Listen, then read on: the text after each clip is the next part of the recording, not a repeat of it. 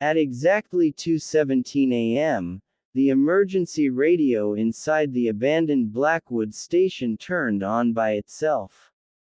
No one had used that station in over 30 years. Static crackled through the speakers, then a low, trembling voice whispered only 3 words. "It's coming back." Ethan Cole froze. He hadn't even planned to be here tonight. As a freelance urban explorer and horror content creator, he was always searching for forgotten places.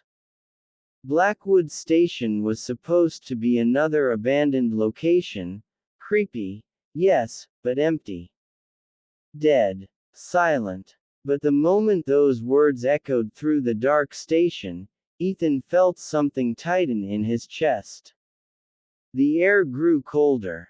Then he heard it. A distant train horn. That made no sense. According to every record, every map, and every local warning, the Blackwood railway line was permanently shut down after a mysterious disaster in 1989.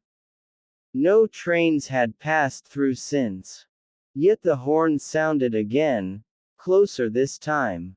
Ethan's camera shook as he whispered, "Guys, I think a train is actually coming."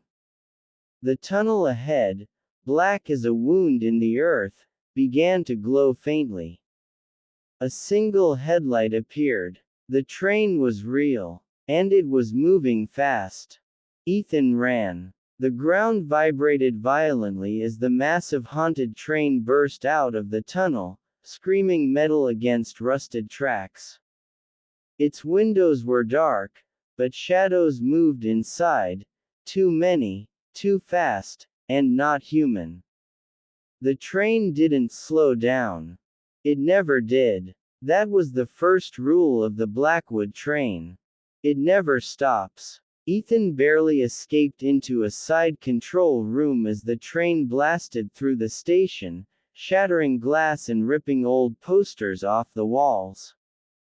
The horn wailed like something alive, angry, starving. Then, as suddenly as it came, the train vanished into the opposite tunnel. Silence returned. Ethan collapsed against the wall, heart pounding. His camera was still recording. That's when he noticed something horrifying. The station clock now read 2:18 a.m. It had been stuck at 2:17 for decades. Something had changed. The next morning, Ethan uploaded the footage. Within hours, the video exploded. Millions of views. Thousands of comments. One comment stood out. "You saw it too. If you hear the horn again, don't look inside." The comment was posted by an account named passenger_1989. Ethan tried to message them.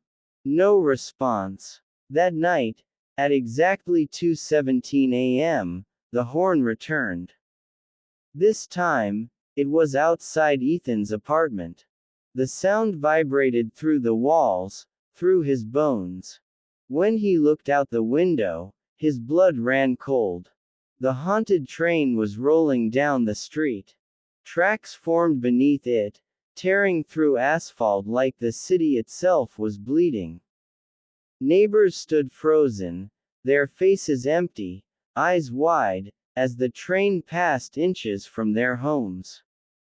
The doors creaked open. A voice called Ethan's name. He knew that voice. It was his father's. His father had died in a train accident in 1989. Against every instinct, Ethan stepped closer. Inside the train, dim yellow lights flickered. Passengers sat perfectly still, their faces pale, eyes hollow. Some were missing limbs. Others had broken necks twisted at impossible angles. They were all dead. And they were all smiling. A conductor stood at the front, his uniform burned and torn, his face half-shadowed. "Ticket?" the conductor asked. I don't have one," Ethan said. The conductor smiled wider than humanly possible. You already paid, he replied. The doors slammed shut. The train lurched forward. Ethan screamed as the city outside twisted into darkness. The windows showed memories instead of landscapes, screams, fire, metal folding in on itself. The 1989 disaster. Ethan saw his father, younger, terrified, reaching for him through the glass.